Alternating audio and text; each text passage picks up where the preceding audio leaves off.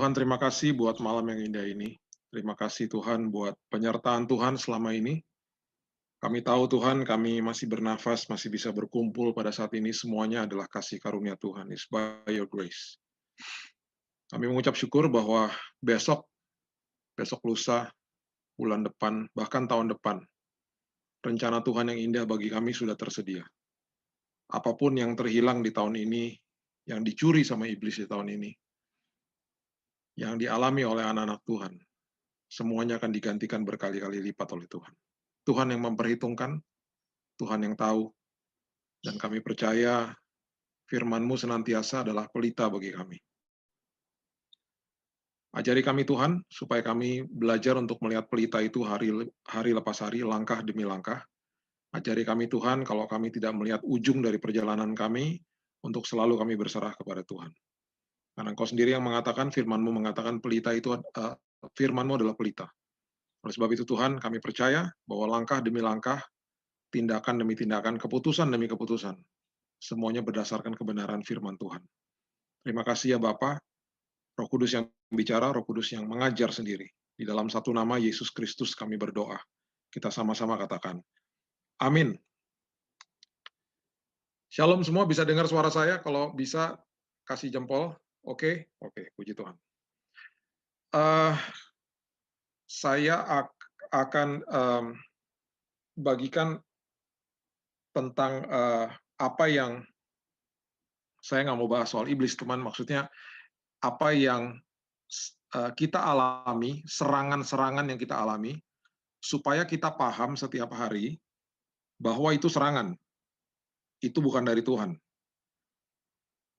Setiap hari kita pasti mengalami, bisa cuma satu, bisa tujuh-tujuhnya, ini ada 7. Ya. Ada yang pernah ngalami, ada yang sedang ngalami, dan ada yang akan alami pastinya. Nah, ini adalah siasatnya iblis untuk menggagalkan rencana Tuhan, untuk supaya kita makin takut, dan ini sudah terjadi dari dulu, dan ini akan terjadi sampai pada kesudahannya. Ya, jadi bukannya berarti kalau kita berdoa terus ini nggak ada lagi, bukan. Kita berdoa supaya kita dapat kekuatan. Yang namanya serangan tetap ada, tapi serangan itu selalu terjadinya hanya ke dalam pikiran anak-anak Tuhan. Itu kita harus paham dulu. Ya, hati kita ini sudah milik Roh Kudus. Yang iblis bisa serang hanya pikiran. Saya ulang ya, sekali lagi ya, pikiran. Jadi yang harus dijaga itu adalah pikiran. Makanya dikatakan iblis itu seperti singa yang mengaum-ngaum mencari mangsa yang dapat atau bisa ditelan. Berarti ada yang manusia-manusia yang tidak bisa ditelan. Ada yang bisa ditelan, ada yang nggak bisa ditelan. Nah, saya percaya di Zoom pada malam hari ini semuanya nggak bisa ditelan sama kebohongan iblis, karena semuanya ngerti kebenaran. Ya, karena kalau bisa ditelan, itu akan menjadi sesuatu yang membuat orang akhirnya ketakutan lah, stres lah, dan nggak akan ada habisnya. Saya selama 20 tahun ini justru melihat orang yang paling takut itu adalah orang Kristen, bukan orang yang bukan Kristen malahan. Kan ironis jadinya. Saya punya teman-teman yang tidak kenal Yesus, justru mereka bisa melihat dari perspektif yang masuk di akal sebenarnya. Padahal kita anak-anak Tuhan ini diajarkan untuk berjalan dalam iman, dan itu akhirnya makin sulit, dan kita walaupun sudah mengalami pengalaman dengan Tuhan pun, kita kadang-kadang masih ketakutan. Ya, padahal kita ini diberikan kuasa dan otoritas yang luar biasa. Kalau ditarik kesimpulannya, sebenarnya ya bukan salahnya kita juga sebenarnya, karena bagi anak-anak Tuhan, serangannya pasti lebih dahsyat daripada orang-orang yang bukan anak Tuhan. Jadi oleh sebab itu, kita-kita ini akan diserang bertubi-tubi supaya iman kita ini luntur akhirnya. Jadi oleh sebab itu kita perlu mengerti, kita ini menghadapi apa sih setiap hari gitu ya, supaya kita sadar ketika itu terjadi, kita langsung klik, kita langsung katakan kepada diri kita sendiri, tidak, saya tidak mau ditelan. Saya tidak mau jadi mangsanya kamu. Kamu hanya bisa mengaum-ngaum, kamu tidak akan bisa mencuri damai sejahtera, sukacita, dan apapun yang aku sudah miliki. Ya. Oke, eee, oke ini ya. Ini ada 7 serangan ya, bisa lihat semuanya? Oke, slide-nya bisa lihat? Oke. Oke, yang pertama ya, yang pertama nih adalah patah semangat, ya. Ini nanti slide-nya ini saya akan kirim ke Ibu Nini sama Pak Frans, supaya juga bisa dibagikan kepada Bapak Ibu sekalian. Jadi, dicatat nggak apa-apa, eee, yang jangan takut ketinggalan karena semuanya ini entar saya akan bagikan. Saya akan kirim lewat WhatsApp, nanti tinggal dibuka di WhatsApp masing-masing, semuanya bisa dibuka dengan mudah, bisa dilihat di handphone masing-masing karena formatnya sudah saya buat seperti itu. Oke, yang pertama patah semangat. Saya tulis ada beberapa yang bahasa Inggris, nggak banyak sih, cuman ada beberapa aja ini karena bahasanya lebih lebih mengena. Patah semangat itu adalah sebenarnya discouragement to move courage away from you. Adalah sebuah, eee, apa ya, sebuah caranya iblis untuk memindahkan atau menghilangkan keberanian kita sebenarnya. Courage itu bahasa Inggrisnya adalah sebenarnya artinya adalah sebuah keberanian, sebuah kuasa yang sudah diberikan, itu mau disingkirkan sama dia. Nah, dia sudah tahu caranya, dia memberikan sesuatu yang namanya patah semangat, ya, patah semangat. Patah semangat itu seperti apa? Biasanya begini, kita diingatkan sama masa lalu kita, sama kesalahan-kesalahan kita. Jadi kalau sampai ada pikiran-pikiran tentang masa lalu atau kesalahan kita, itu bukan dari Tuhan, bukan dari Tuhan, ya. Karena kita bisa tiba-tiba selesai doa, selesai worship, kita bisa merasa di awang-awang, rasanya luar biasa, rasanya enak banget gitu ya. Tiba-tiba dikasih pikiran-pikiran kayak begini, kita bisa langsung down. Ingat, itu bukan dari Tuhan. Makanya saya selalu anjurkan, perkatakan firman, karena Yesus waktu dicobai aja 3 kali dia mengatakan ada tertulis, kemudian dia kutip firman. Makanya penting bagi kita untuk memperkatakan firman, ya. Kutip firman Tuhan. Ada 7.000 janji Tuhan di firman Tuhan di Alkitab kita. Masa nggak ada 1 atau 2 atau 3 ya, 5 atau 10 lah, sewajarnya kita paling nggak bisa hafal gitu ya, ayat-ayat janji-janji Tuhan. Perkatakan. Perkatakan tuh berarti bukan hanya perkatakan di dalam hati. Perkatakan tuh supaya telinga bisa mendengar. Kenapa? Karena iman timbul dari pendengaran akan firman Kristus. Jadi kalau baca firman, kalau memperkatakan firman, itu perkatakan supaya telinga kita dengar. Jadi jangan cuma diam-diam di dalam hati aja. Perkatakan, katakan ada tertulis gitu ya. Ada tertulis, ada tertulis. Akhirnya, kalau kita dibiarkan ini terus-menerus, kita hidupnya akhirnya orientasinya ketakutan bukan iman. Ketakutan bukan iman, ya. Ketakutan bukan iman. Roma 8 ayat yang pertama, ya, mengatakan begini, demikianlah sekarang tidak ada penghukuman bagi mereka yang ada di dalam Kristus Yesus. Bahasa Inggrisnya ini sebenarnya penuduhan. Penuduhan itu adalah condemnation sebenarnya, dituduh terus gitu ya. Jadi sekali lagi patah semangat ini adalah senjata yang akan selalu kalau kita biarkan akan mematikan iman kita, ya mematikan iman kita. Hati-hati dengan hal seperti ini, ya hati-hati. Yang kedua, ini cukup mengerikan karena sekarang terjadi banyak sekali di mana-mana. Karena kita mau tidak mau akhirnya berkumpul dengan orang-orang yang ada di rumah kita, dia lagi.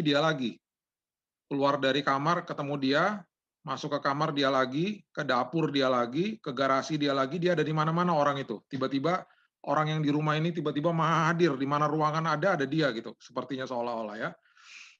Jadi akhirnya perpecahan terjadi di mana-mana. Orang bertengkar karena stres dan lain sebagainya, salah salah ngomong dikit jadi besar.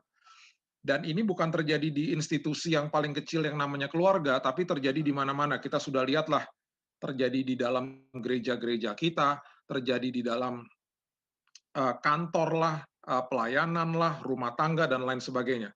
Jadi be careful, hati-hati dengan ini. Kenapa? Karena dari awalnya manusia itu diciptakan untuk berkomunal. Berkomunal itu berarti lebih dahsyat daripada seorang diri. Lebih dahsyat daripada seorang diri. Pengkhotbah 4 ayat 9 mengatakan berdua lebih baik daripada seorang diri karena mereka menerima upah yang baik dalam jerih payah mereka. Karena kalau mereka jatuh, yang seorang mengangkat temannya, Tetapi why orang yang jatuh yang tidak mempunyai orang lain untuk mengangkatnya.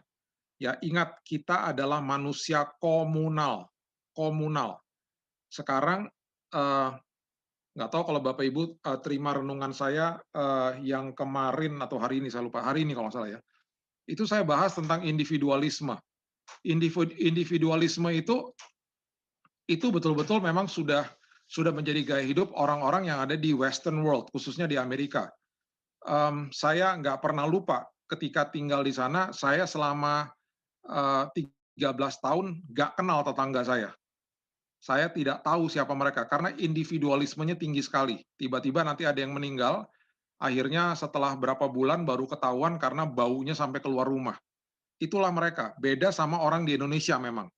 Nah, individualisme itu adalah sebuah pemahaman sekarang yang betul-betul menyingkirkan intervensi dari siapapun. Dia mengambil keputusan berdasarkan dagingnya, berdasarkan keinginan dagingnya. Itu individualisme, ya. Kemudian ada lagi yang namanya sekularisme lah, yang orang betul-betul mau menyingkirkan Tuhan dari semua hidup, tidak ada yang lebih besar dari hidup, semuanya berdasarkan logika, semuanya berdasarkan bukti konkret, dan itu yang terjadi. Ada lagi yang namanya relativisme. Itu berarti kalau misalnya saya hidup, saya standarnya kepada siapa? Jadi saya akan cari orang yang seperti saya. Misalnya kelompok LGBT, mereka akan cari kelompok yang seperti itu. Dan kemudian mereka bersama-sama secara korporat mengatakan kami benar. Karena inilah yang kami lakukan dan inilah kelompok kami, buktinya banyak kok yang seperti ini. Jadi kebenaran saya bukan didasarkan atas kebenaran absolut, yaitu kebenaran firman, tapi kebenarannya berdasarkan sebuah dasar daripada sebuah kelompok, komunitas, atau masyarakat. Jadi ini pemahaman-pemahaman yang sedang ada di dalam dunia ini. Makanya kenapa orang akhirnya pecah sana-sini. Nah, jangan berpikir bahwa, oh itu cuma ada di negara barat, nggak di Indonesia. Siapa bilang, sekarang masuknya pelan-pelan ke sini. Bahkan anak-anak Tuhan mulai dimasukin hal-hal seperti ini. Contoh, misalnya saya bicara sama orang yang pernah berselingkuh. Dia dengan gampangnya bilang gini, ya gimana dong Pak? Dianya begitu, kebutuhan saya nggak dapat, ya gimana dong? Nah, itu individualisme langsung sebenarnya. Dia langsung mengatakan, lah gimana? Saya juga punya kebutuhan. Saya nggak pernah dilayani sama suami saya, sama istri saya. Kebutuhan saya seperti ini, nggak pernah diajak ngobrol. Terus secara seksual saya nggak dikasih, ya saya jajan lah Pak di luar gitu. Nah, orang-orang seperti ini nggak ngerti bahwa dalam kehidupan mereka, ketika mereka menghadapi kesulitan, kesengsaraan, menghadapi sebuah ujian, baik itu di dalam keluarga dan lain sebagainya, mereka tuh sebenarnya lagi mengalami kasih karunia loh. Kita nih kalau lagi ngadapin kesulitan ya, kalau kita ngadapin dengan kasih karunia dan kita bilang, Tuhan, Tuhan yang hadapi ya, bukan saya, itu makin nikmat sebenarnya hidup ini. Tapi kan dibohongin sama iblis. Jadi mengatasnamakan individualisme, akhirnya saya melakukan dosa. Terus kemudian kita lihat orang lain. Ah, dia juga bisa kok. Ah, dia juga gitu. Dia buktinya tuh, dia kayak begitu juga sama aja. Ah, lihat aja tuh, hamba Tuhan juga gitu. Tanpa kita sadar, kita melakukan relativisme. Tanpa kita sadar. Dan tanpa kita sadar, kita melakukan sekularisme juga. Kita akhirnya menghilangkan Tuhan dari keputusan-keputusan kita. Be careful. Be careful, jangan selalu menganggap bahwa itu cuma terjadi di luar, saya nggak pernah ngalamin kayak gitu. Hati-hati kalau udah kita berpikir kayak gitu. Karena berarti kita udah self-righteous, kita merasa bahwa kita benar sendiri. Ya, hati-hati. Unity and community, ya. Kita akan punya better ideas. Kita kalau berdua, kita punya better ideas. Kita kalau bertiga punya better ideas. Saya nggak pernah lupa ketika saya masuk ke dalam ruang meeting di kantor saya dulu, waktu di yayasan saya, kita akan membahas sebuah proyek yang cukup besar, dan waktu saya masuk ke ruang meeting, saya merasa bahwa ide saya luar biasa, karena saya yang sudah bergelut di dalam bidang itu sudah bertahun-tahun gitu ya. Nah, saya ketemu dengan BOD-BOD yang lain, ada kira-kira 4 orang, dan saya pikir bahwa ini kan berdasarkan pengalaman saya, ini proyek saya gitu. Waktu saya utarakan idenya dan lain sebagainya, tiba-tiba saya dapat masukan dari mereka yang saya selama bertahun-tahun tidak pernah terpikirkan sama saya. Karena pandangan saya kan pandangan saya sendiri gitu. Jadi ketika mereka kasih masukan, saya baru mikir, benar juga ya, bagus juga tuh idenya. Dan di situ saya makin sadar, iya ya, 2, 3 orang berkumpul, makanya Tuhan hadir. Makanya dia selalu katakan komunal itu penting, better ideas. Selalu begitu. Nah, ini yang iblis mau gagalkan. Saya melihat selama 20 tahun lebih pelayanan saya, gereja pecah di mana-mana, dan ketika dilihat yang pecahnya itu, leader atau pemimpin yang pecah itu, mereka dua-duanya punya potensi yang dahsyat, kalau mereka kerjasama pasti jadi luar biasa. Cuman karena ego masing-masing jadi pecah. Itu udah kemana-mana lah, kita pasti sudah sering dengar hal-hal seperti itu. Yang kedua, kalau kita punya komunitas, pasti kita punya akuntabilitas. Ya, orang yang punya akuntabilitas kalau ada di dalam sebuah komunitas, mereka akan merasa bukan nggak enak sama Tuhan atau keluarga, tapi mereka merasa, duh kalau saya lakukan ini ntar gimana ya teman-teman saya yang lain. Itu akuntabilitas, makanya komunal itu penting sekali. Kemudian encouragement. Encouragement itu berarti kan kita mendapatkan motivasi dan lain sebagainya kalau kita ada di komunitas. Ya, jadi hati-hati dengan yang namanya perpecahan. Hati-hati yang namanya mementingkan diri sendiri. Ketika ada sebuah konflik, ingat kata-katanya Yakobus, quick to listen, cepat untuk mendengar, lambat untuk bicara. Selalu dengar prinsip itu. Kenapa Yakobus menuliskan itu? Karena dia adalah saudara kandungnya Yesus yang di awal dia pasti nggak percaya ketika Yesus ngomong sama dia, lu tahu nggak, gue nih Tuhan, misalnya ngomong gitu ya. Bapak Ibu bisa bayangkan tiba-tiba ada adik atau kakak kita datang kepada kita bilang, lu tahu nggak, gue nih Tuhan sebenarnya. Ya kita pasti bisa mikir, ya, bener aja lu ngomong kayak gitu. Makanya di Alkitab mencatat dengan sangat jelas, Yakobus tuh di awal nggak percaya. Dia memberontak dan dia nggak percaya. Sampai-sampai akhirnya ketika dia melihat Yesus saudaranya sendiri, akhirnya bangkit dari kematian. Dia menjadi pilar gereja mula-mula. Makanya di bukunya dia menulis begini, quick to listen, cepat untuk mendengar, jangan berasumsi. Cepat untuk mendengar, lambat untuk bicara. Ya, itu kunci daripada kenapa saya dan istri saya bisa belajar toleransi selama ini. Kalau saya hitung-hitung, nggak sampai 5 kali kita pernah naikin suara. Ya, ketika suara udah mulai naik, langsung kita redam, dan itu kalau saya hitung-hitung selama pernikahan kami, paling-paling cuma 3 kali. Kami langsung diam, belajar toleransi, belajar untuk dengar. Itu prinsip kami berdua. Makanya kenapa akhirnya saya mengerti apa yang ada di dalam pikiran dia, dia mengerti apa yang ada di dalam pikiran saya. Ya, be careful. Yang ketiga adalah keraguan. Keraguan apa sih yang iblis kasih tahu sama kita? Kita juga nggak bisa begini. Kita sebagai anak Tuhan nggak bisa begini. Saya percaya ada Tuhan, tapi seringkali kita meragukan hal-hal seperti ini. Contohnya, yang pertama, kita meragukan kehadiran Tuhan loh. Seringkali tanpa kita sadar kita meragukan, ini Tuhan ada nggak sih ya? Kalau lagi ngadapin sesuatu yang sulit, mungkin kalau lagi menghadapi sesuatu yang suka-suka, yang enak-enak ya oke lah ya. Tapi waktu menghadapi sesuatu yang sulit gimana? Hari ini saya baca ada pesan di Instagram saya mengatakan, Pak, suami saya down sekali Pak. Dia udah ikut Tuhan udah lama. Dia melayani Tuhan, dia hidup sehat. Sekarang dia diagnosa kanker. Itu yang juga menjadi pertanyaan saya dan istri saya. Apalagi istri saya waktu saya didiagnosa, dia katakan, Tuhan, suami saya udah melayani Tuhan loh, bertahun-tahun. Dia hidup sehat loh Tuhan, kok bisa kayak gini sih? Gitu. Tanpa kita sadari, kita mempertanyakan kehadiran Tuhan, God's presence. Hati-hati dengan hal seperti ini, karena biasanya mulainya dari hal yang kecil. Ya. God's promises, janji Tuhan. Ya, sekali lagi, ada 7.000 janji Tuhan dalam firman Tuhan kita. Ya, seringkali ketika masa-masa sulit, kita sulit percaya sama janji Tuhan. Ingat, dia bergerak di dalam sesuatu yang betul-betul bukan waktunya kita. Dia bergerak di dalam sesuatu yang sama sekali kita nggak bisa lihat gambar besarnya. Yang kita bisa lihat hanya depan mata jasmani dan dengan telinga jasmani kita. Ya, kita nggak tahu bahwa dia sedang bekerja sesuatu yang sangat dahsyat dan seringkali tidak terpikirkan. Jadi jangan pernah ragukan janji Tuhan. Yang ketiga, keraguan ini selalu diserang tentang rencana Tuhan. Ini benar nggak ya rencana Tuhan kayak begini dalam hidup saya? Beneran nggak sih saya nih masuk dalam rencana Tuhan? Pak, gimana nih Pak? Saya sama keluarga saya masuk rencana Tuhan nggak sih Pak? Gitu. Itu pertanyaan yang sering banget diutarakan sama anak-anak Tuhan. Ya, sampai hari ini saya masih dengar hal-hal seperti itu. Yang keempat, kuasa Tuhan. Pak, Tuhan bisa sembuhin nggak sih, Pak? Gitu. Ingat, ya saya punya sebuah pelajaran yang cukup dalam tentang ini. Dan ini cukup sulit kalau dihotbahkan hanya 40 menit saja, karena ini memerlukan sebuah tanya jawab sebenarnya. Tuhan itu sudah memberikan otoritas dan kuasa.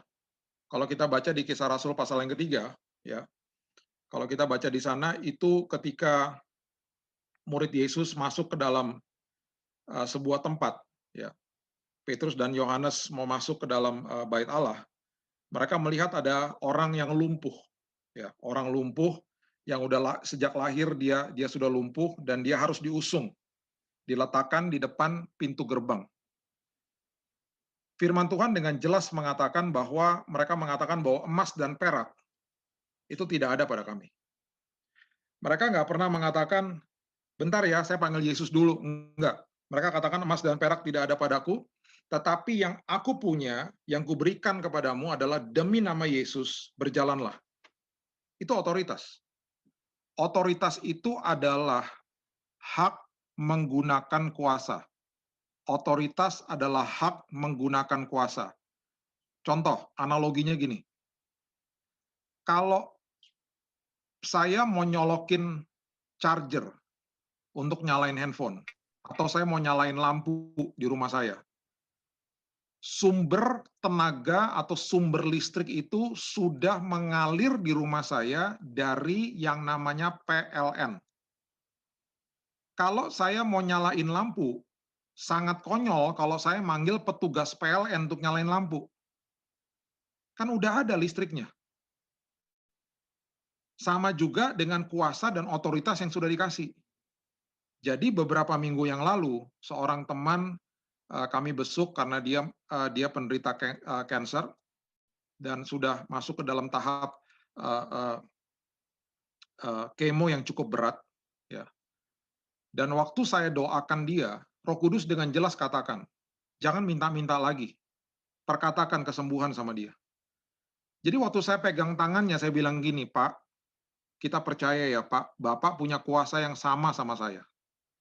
Ya, jemaat Tuhan punya kuasa dan otoritas yang sama pendetanya, sama kuasanya. Bapak Ibu di tempat ini juga punya kuasa dan otoritas yang sama sama saya. Sama. Jadi waktu saya pegang tangan dia, saya bilang, Pak, kita bersepakat ya, kita doa sama-sama, saya nggak mau minta-minta dari Tuhan, saya perkatakan dengan Bapak, kita perkatakan kesembuhan ya Pak. Kita berdoa. Saya bilang Tuhan dengan otoritas Tuhan. Aku perkatakan seperti Petrus dan Yohanes. Emas dan perak aku nggak punya, tapi dalam nama Yesus, engkau sembuh. Bapak Ibu, saya dapat kabar dari keluarganya. Kira-kira dalam hitungan 2 minggu, dia punya kadar kreatin, kadar-kadar yang lain, semuanya hasil lab report-nya, semuanya membaik. Saya percaya itu adalah kuasa Tuhan. Nggak mungkin kuasanya saya, kuasanya siapa-siapa, nggak mungkin.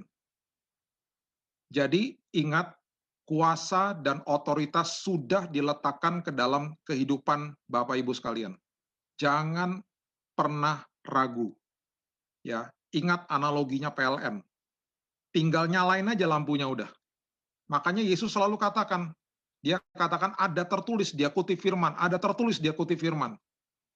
Jadi jangan sampai kita mau dibohongi sama iblis, kita memegang kuasa dan otoritas. Keraguan yang berikutnya adalah kita punya keraguan tentang God's provision. Bagaimana sih Tuhan, saya setiap hari ini disertai Tuhan, kemudian ada perkenanan Tuhan tuh bener nggak sih Tuhan gitu ya. Itu seringkali menjadi dilema bagi banyak anak-anak Tuhan. Saya udah pernah membahas berkali-kali, kita udah punya akses kepada Bapa kita di surga, jadi tenang aja ya. Ingat firman Tuhan itu, ya, sumber kita nggak pernah habis. Ingat, kalau kita punya akses, apa yang terlepas dari tangan tidak akan pernah terlepas dari hidup. Supply-nya jalan terus. Tapi kalau kita merasa memiliki, apa yang lepas dari tangan akan lepas dari hidup. Tapi kalau yang namanya akses, apa yang lepas dari tangan tidak akan pernah lepas dari hidup. karena supply jalan terus, sumber atas segala sumber. Yakobus 1 ayat 6 mengatakan, hendaklah ia memintanya dalam iman, dan sama sekali jangan bimbang. Sebab orang yang bimbang sama dengan gelombang laut yang diombang-ambingkan kian kemari oleh angin. Ya, itu keraguan. Yang berikutnya, tidak puas, discontentment. Seringkali serangan ini akhirnya kerap kali kita mulai membanding-bandingkan pasangan, keluarga, pekerjaan, status, harta, gereja, karir, dan edukasi kita kepada orang-orang di sekitar kita. Lewat mana? Kita membanding-bandingkannya lewat sosmed. Saya mau beritahu kepada kita semuanya di zaman seperti ini, semua orang yang masukin foto di sosmed itu selalu baik-baik aja. Nggak pernah mereka lagi berantem, mereka foto, terus mereka masukin sosmed. Ya, mereka masukin ketika mereka lagi senyum-senyum, semuanya lagi gini-gini, pas lagi ribut, berantem, enggak. Jadi hati-hati jangan kemakan sama hal-hal seperti ini. Ya, saya sangat sedih. Mungkin Bapak Ibu sudah mendengar juga kabar dari, karena ini bukan gosip, karena ini sudah tersebar di mana-mana dan orangnya juga sudah ngaku sendiri. Salah satu pendeta besar dari Amerika yang mempunyai afiliasi gereja sangat besar di dunia ini jatuh dalam dosa perselingkuhan. Dan awal-awalnya ditarik akarnya ternyata seperti ini, membanding-bandingkan istrinya dengan orang lain.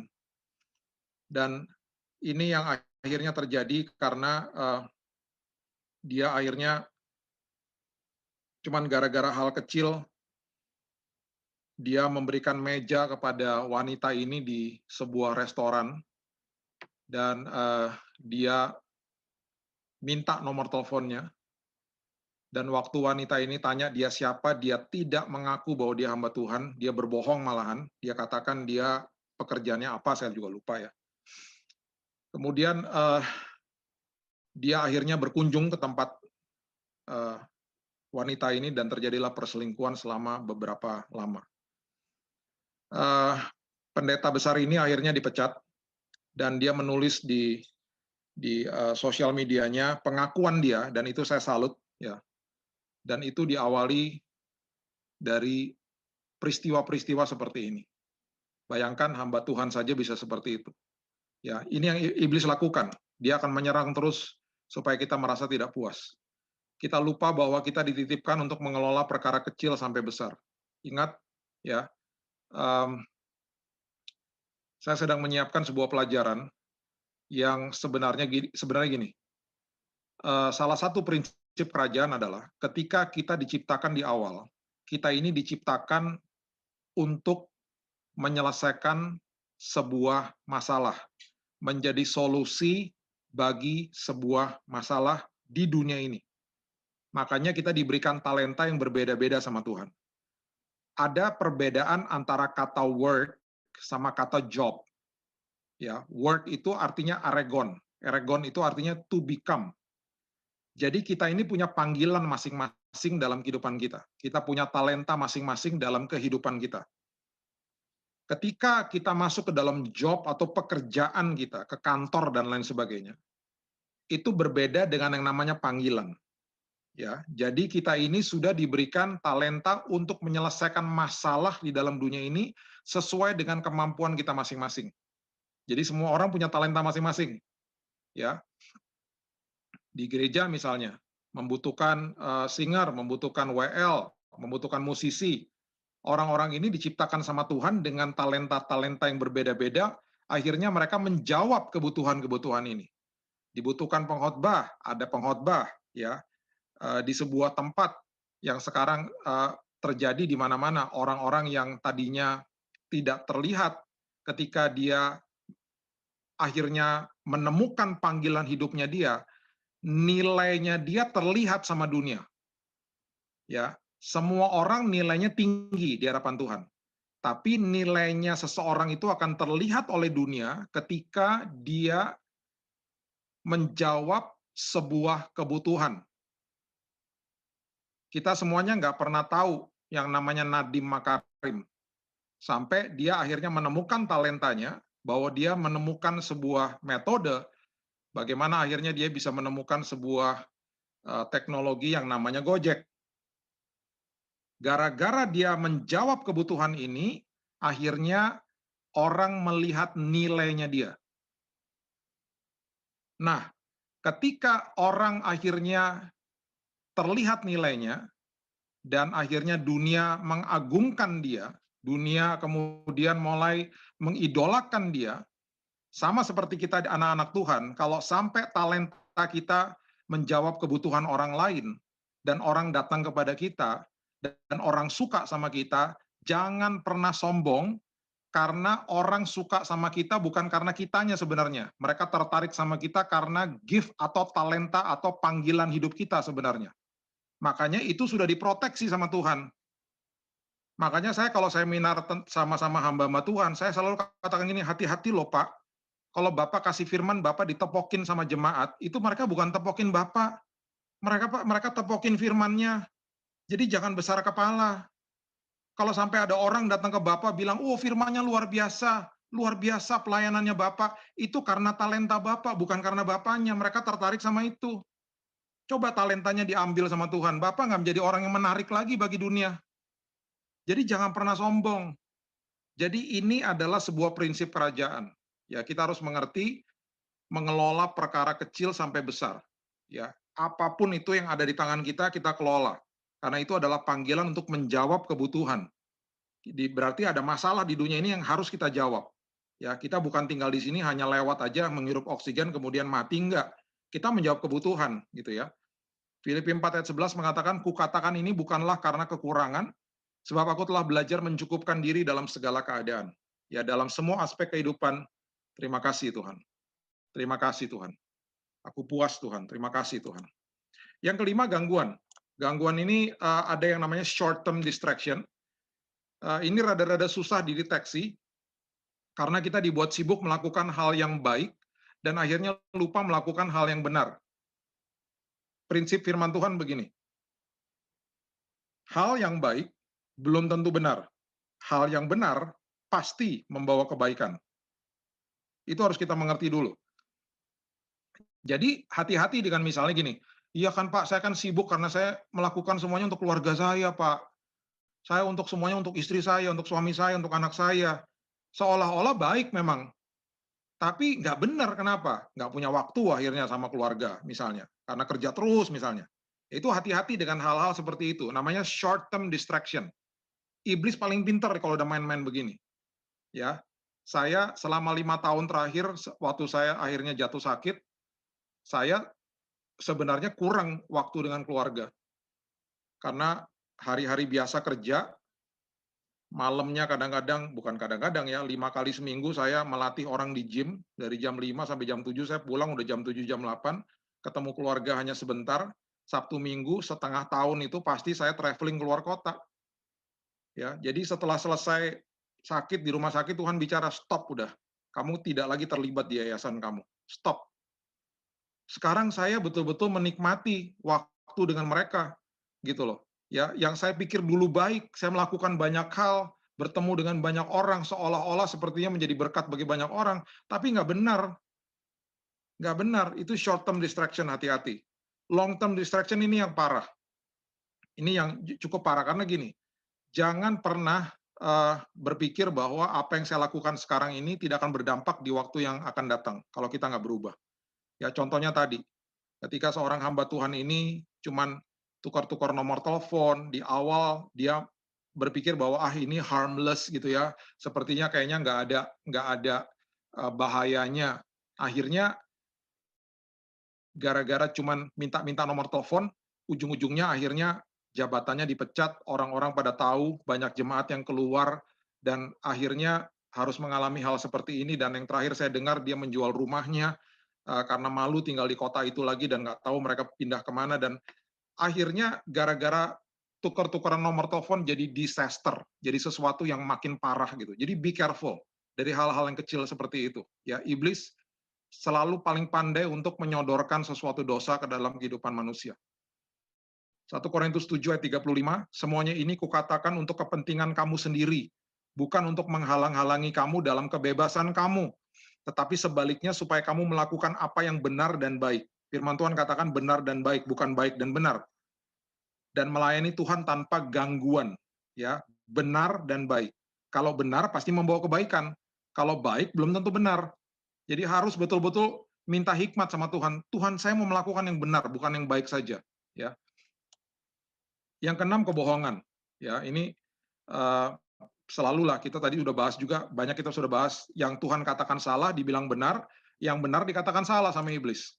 Ya, 3 dari millennials di Amerika setuju dengan perkawinan sesama jenis. Jadi ini semua kebohongan-kebohongan seperti ini ya akhirnya sudah menjadi normatif gitu ya, hal-hal yang jadi biasa gitu. Karena mereka akhirnya merasa bahwa, "Ah, udah biasa kok, semuanya juga seperti itu kok," gitu ya. Salah satu prinsip yang saya sering mendengar dari anak-anak muda dan bukan hanya sekarang saja, waktu saya juga masih umur-umur 20-an, ini teman-teman di kuliah saya juga sering banget ngomong begini, "Coba sebelum beli." Itu adalah prinsip seks di luar nikah. Itu sampai hari ini masih begitu. Saya tanya sama anak saya juga, kulturnya masih begitu. Jadi kebohongan-kebohongan ini nggak pernah ada habisnya gitu ya. Dan banyak lagi hal-hal yang lain. Ini hanya contoh saja. Ya. Yang tujuh yang terakhir adalah kehancuran. Kehancuran seperti contohnya saat ini. Banyak kehancuran yang dia lakukan seperti bencana, perang, penyakit, pandemi ya, kecelakaan untuk membuat kita makin takut. Ya, makin takut. Jadi dia akan melakukan banyak hal seperti ini. Ingat, ya ingat, kita hidup di dalam dunia yang sudah jatuh. Jadi jangan pernah mempertanyakan Tuhan kenapa ada hal-hal seperti ini. Memang dunianya sudah jatuh. Tapi Tuhan mengatakan ketika engkau tinggal di dalam aku, imanmu di dalam aku mengalahkan dunia. Mengalahkan dunia. Jadi dengan kasih karunia Tuhan, kita ini ketika berdoa dan minta kuasa Tuhan, kita bisa ditaruh sama Tuhan di tempat yang tepat, di dalam jejaring yang tepat, di dalam waktu yang tepat, ketika ada pandemi kita bisa nggak kena, gitu loh maksudnya. Itu namanya mengalahkan dunia. Saya bisa ada di dalam sesuatu suasana yang tepat, situasi yang tepat. Makanya saya selalu katakan begini, kemanapun Bapak Ibu pergi makan, misalnya contoh aja ya, bilang sama Tuhan, Tuhan tolong ya Tuhan, aku akan terus berusaha untuk makan sehat misalnya. Tapi ketika aku harus makan sesuatu dan lain sebagainya, misalnya makanan yang menurut saya nggak sehat, aku kuduskan ya Tuhan menjadi kekuatan bagi hidup saya. Ya bukannya berarti kita ngeyel dan kita makan yang nggak karu-karuan. Saya belajar bahwa saya hidup sehat, kena sakit juga tuh. Kalau Bapak Ibu tahu ada namanya Febiola, dia barusan kena kanker payudara, ya teman saya. Dia hidup sehat, dia makan sehat, saya juga gitu kok. Jadi berarti apa? Kesehatan bukan tergantung sama makanan dan tergantung sama gaya hidup juga. Kita bisa melakukan itu semuanya untuk membuat badan kita fit. Tapi kesehatan itu bukan datang dari mana-mana. Kesehatan itu datang dari Tuhan. Titik. Makanya nggak bisa bergantung sama hal-hal seperti itu. Oh, saya ditegur sama Tuhan. Saya dibilang, waktu saya lagi di rumah sakit dikasih tahu, kamu tuh sombong. Saya bilang, sombong apa Tuhan? Saya nggak pernah ngomong sama siapa-siapa kok. Bahwa saya begini, saya sehat. Enggak, kamu sombong sama diri kamu sendiri. Kamu merasa bahwa kamu selama ini olahraga 15 tahun, kamu kemudian makan sehat, kamu hidup sehat, kamu body fat kamu tinggal 9%, itu kamu sering ngomong sendiri sama diri kamu sendiri. Sampai-sampai kamu kalau istri kamu bilang suruh cek darah, kamu nggak mau. Kamu segitu yakinnya kamu sama kehidupan sehatmu. Kamu sampai bergantung sama gaya hidup sehatmu itu. Tanpa kamu sadari jadi Tuhannya kamu. Oh, saya nangis dong, saya nangis, saya bilang, "Tuhan, saya nggak mau lagi kayak gitu." Makanya kita harus mengerti ya, penyakit bukan dari Tuhan, bencana bukan dari Tuhan, emang dunia sudah jatuh. Kita nggak bisa bergantung sama apapun yang ada di dalam dunia ini. Hanya Tuhan saja kok. Ya, tapi kita harus sadar juga di satu sisi bahwa semua keburukan yang terjadi ini bukan dari Tuhan karena dunia sudah jatuh. Tapi kita mengalahkan dunia di dalam iman di dalam Tuhan, bukan iman di dalam kehidupan yang oh saya makan sehat, oh saya begini ntar saya pasti aman aja, oh saya udah punya asuransi, saya begini ntar saya pasti enggak juga, nggak bisa bergantung sama hal-hal begitu. Mengalahkan dunia itu bukan berarti karena saya punya ini dan saya melakukan ini saya berarti aman, enggak. Saya punya iman di dalam Tuhan. Saya melakukan bagian saya, tapi semuanya dari Tuhan. Matius 10 ayat 28, janganlah kamu takut kepada mereka yang dapat membunuh tubuh, tetapi yang tidak berkuasa membunuh jiwa. Takutlah terutama kepada Dia yang berkuasa membinasakan baik jiwa maupun tubuh di dalam neraka. Jadi ini adalah 7 serangan yang iblis berikan, ya. Saya nanti akan kirim slide-nya. Saya percaya Bapak Ibu akan nanti mungkin dibahas lagi, dibaca lagi, bisa jadi renungan di dalam keluarga.